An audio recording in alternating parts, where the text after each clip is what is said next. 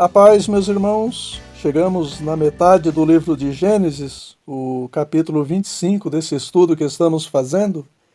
Como de costume, nós vamos ler apenas alguns versículos, do 19 ao 23, mas nós vamos comentar todo o capítulo, só que de uma forma resumida, tá bom? Diz assim o texto: E estas são as gerações de Isaque, filho de Abraão. Abraão gerou a Isaque, e era Isaque da idade de 40 anos, quando tomou por mulher a Rebeca, filha de Betuel, arameu de Padã-Arã, irmã de Labão, o arameu. E Isaque orou insistentemente ao Senhor por sua mulher, porquanto era estéril. E o Senhor ouviu as suas orações, e Rebeca, sua mulher, concebeu. E os filhos lutavam dentro dela. Então disse: Se assim é, por que sou eu assim? E foi perguntar ao Senhor. E o Senhor lhe disse: Duas nações há no teu ventre, e dois povos se dividirão das tuas entranhas. E um povo será mais forte do que o outro povo, e o maior servirá ao menor. Bom, nós vimos no capítulo anterior o Abraão mandando seu servo buscar uma esposa para o Isaque na Mesopotâmia, onde estavam seus parentes. O servo foi, Deus preparou tudo conforme o sinal que o servo pediu, e após uma certa resistência interesseira da família, a Rebeca concordou em voltar com o servo de Abraão e se casou com Isaque, sendo ele assim consolado da morte de sua mãe Sara. Já nesse capítulo 25, vida que segue para o Abraão, né? Por isso, os versículos 1 e 2 vai dizer que ele tratou logo de tomar outra mulher, chamada Quetura, e com ela Abraão teve 6 filhos. Impressionante, né, irmãos? Se já era um milagre Abraão ter um filho com 100 anos, imagina 6 filhos aos 137 anos, porque essa era a idade de Abraão quando ele tomou a Quetura, já que Sara morreu com 127, né? E Abraão era 10 anos mais velho que ela.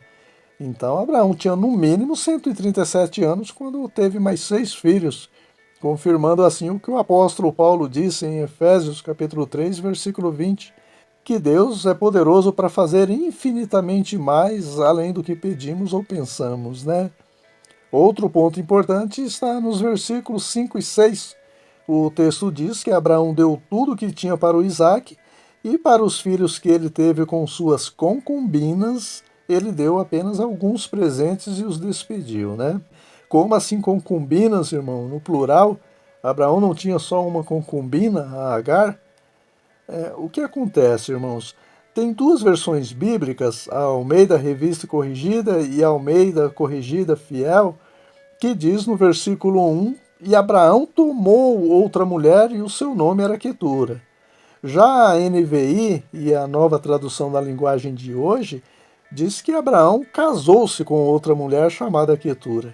Então houve um empate, né? Duas versões diz que ele tomou outra mulher e duas diz que ele se casou com outra mulher. E para desempatar, nada mais justo do que irmos no original, né? No hebraico, o idioma que foi escrito o Antigo Testamento. E no original diz que Abraão tomou outra mulher chamada Quetura. Então a Quetura não era esposa legítima do Abraão, mas também uma concubina, né? No primeiro livro das Crônicas, capítulo 1, versículo 32, isso fica bem claro, né? Em todas as versões bíblicas, inclusive a própria NVI e a nova tradução da linguagem de hoje, diz que Quetura era concubina de Abraão. Por isso, aí no versículo 6, concubinas está no plural, né? Já os versículos do 7 ao 10 fala sobre o fim da vida de Abraão. O texto diz que ele morreu velho e farto de dias, com 175 anos, e que ele foi sepultado por Ismael e Isaque no mesmo campo em que Sara foi sepultada, em Maquipela. E se o Abraão morreu com 175 anos e ele teve o Isaque com 100, mesmo já sendo bem velhinho, ele ainda viveu mais 75 anos para desfrutar da bênção. Tem até um ditado que diz que quem tem promessa não morre enquanto a promessa não se cumprir, não é assim? Claro que se a pessoa viver em obediência e a promessa estiver relacionada a essa vida, né? A promessa de uma grande nação, o Abraão não alcançou, porque dizia respeito às gerações futuras. Mas a promessa para essa vida, ele não só alcançou, como também desfrutou por muito tempo da bênção, 75 anos. Então, meus irmãos, se o crente viver em obediência à palavra de Deus e ter promessas de Deus para essa vida, ele não morre antes e ainda Deus prorroga o tempo de vida dele na terra para que ele desfrute bem do cumprimento da promessa. O problema é que um dia, cedo ou tarde, a morte chega, né? Não podemos negar isso, isso é fato. Todo ser vivente, com a exceção daqueles que serão arrebatados vivos na volta de Jesus, hão de passar pelo crivo da morte, né? E será assim até o final do milênio. Paulo diz que a morte será o último inimigo a ser vencido, e por isso, para o Abraão, a morte também chegou, mas após ele desfrutar muitos anos da bênção chamada Isaac. Seguindo aí no texto, o versículo 11 fala da transição das bênçãos e da promessa feita a Abraão, agora para o seu filho Isaac, né? E depois, na sequência, ele descreve a genealogia de Isaac, a de Ismael e a sua morte aos 137 anos, né? A morte do Ismael. Bom, conforme lemos aí no início, né, os versículos 20 ao 23, diz que, assim como Sara, a Rebeca também era estéril.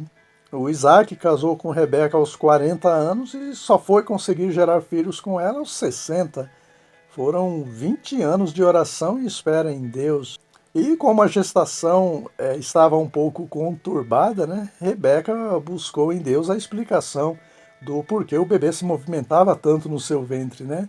E o ultrassom divino revelou que havia gêmeos no ventre dela, né? E que eles se mexiam tanto porque estavam brigando. Claro que isso vinha de Deus, né? Uma espécie de profecia acerca da rivalidade que eles teriam, né? Não só eles, mas todos os seus descendentes. Isso fala da onisciência de Deus, né? Irmãos, uma vez que Deus deu um espírito ao ser humano que o capacita a discernir entre o bem e o mal, entre o certo e o errado, Deus não interfere na ação ou na escolha humana, né? Então, quando Deus mostra para Rebeca que o maior serviria ao menor, isso não aconteceria porque Deus mandou, mas Deus já conhecia de antemão e revelou para Rebeca que seria assim. Então, irmãos, a gente precisa entender a onisciência de Deus, né?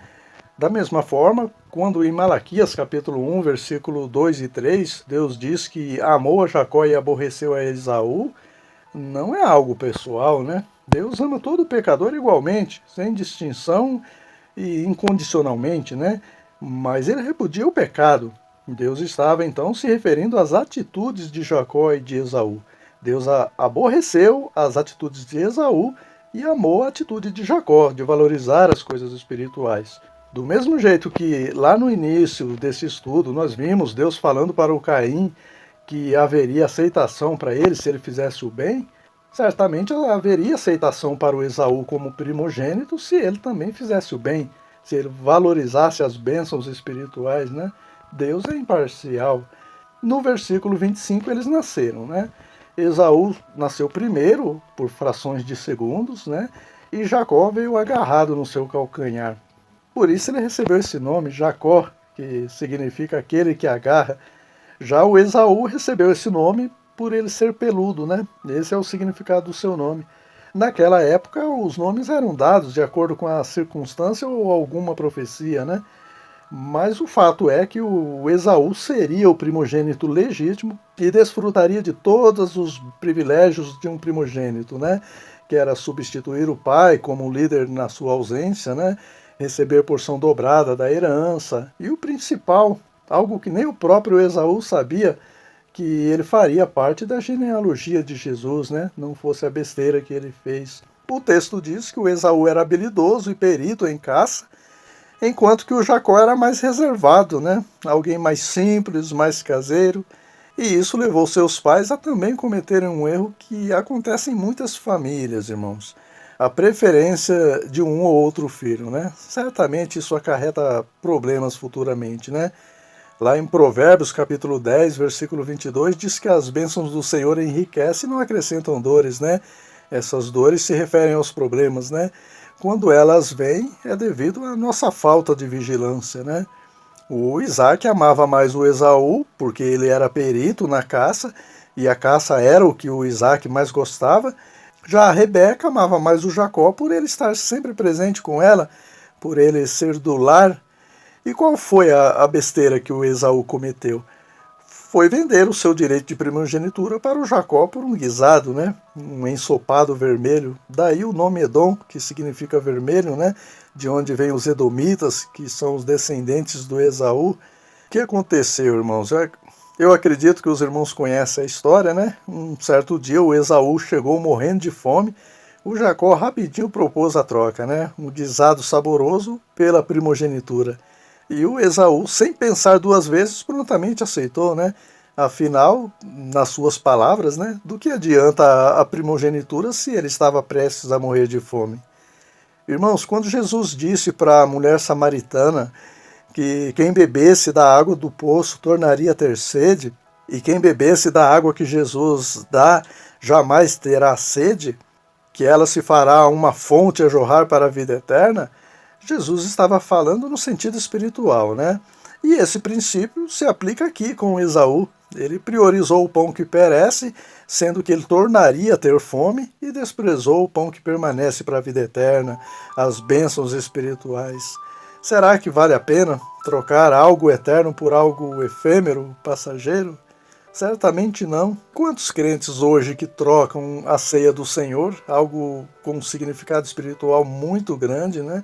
Por um shopping, uma praia, uma partida de futebol? Cabe a nós refletirmos, né? Jesus disse, né? Do que adianta o homem ganhar o mundo inteiro e perder a sua alma? Só que para o Esaú a prioridade era contrária, né? Do que me adianta a primogenitura, as bênçãos espirituais, se eu estou morrendo de fome? Hoje em dia não é diferente, né? As pessoas se preocupam tanto com sua integridade física, e isso é necessário, sim, claro. Assim como é necessário também beber da água do poço e se alimentar do guisado.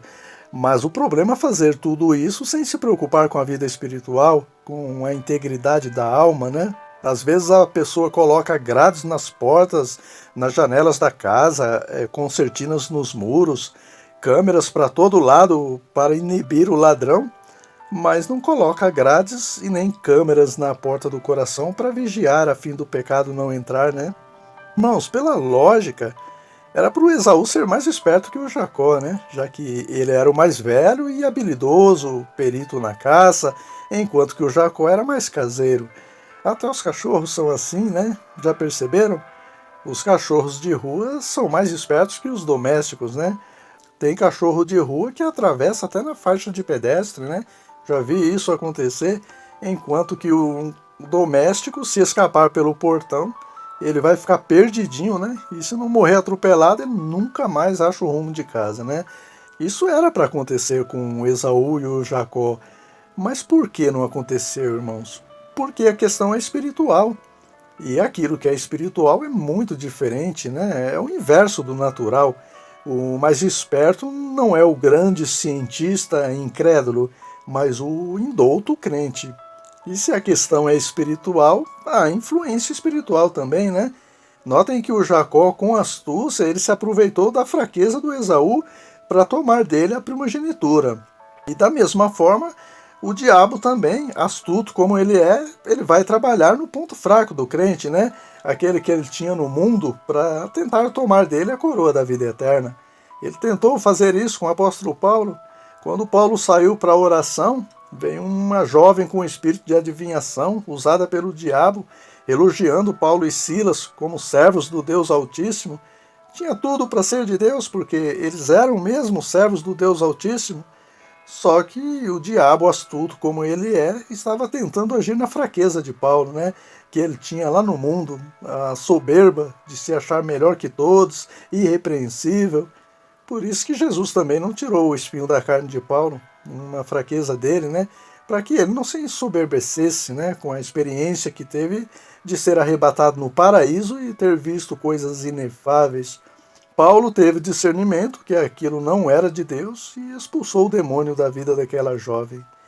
Enfim, meus irmãos, fica a lição para nós, né? Não sejamos profanos como Esaú e nem afoitos como Marta, mas espertos como Jacó e Maria, né? Que escolheram a melhor parte que não lhes será tomada.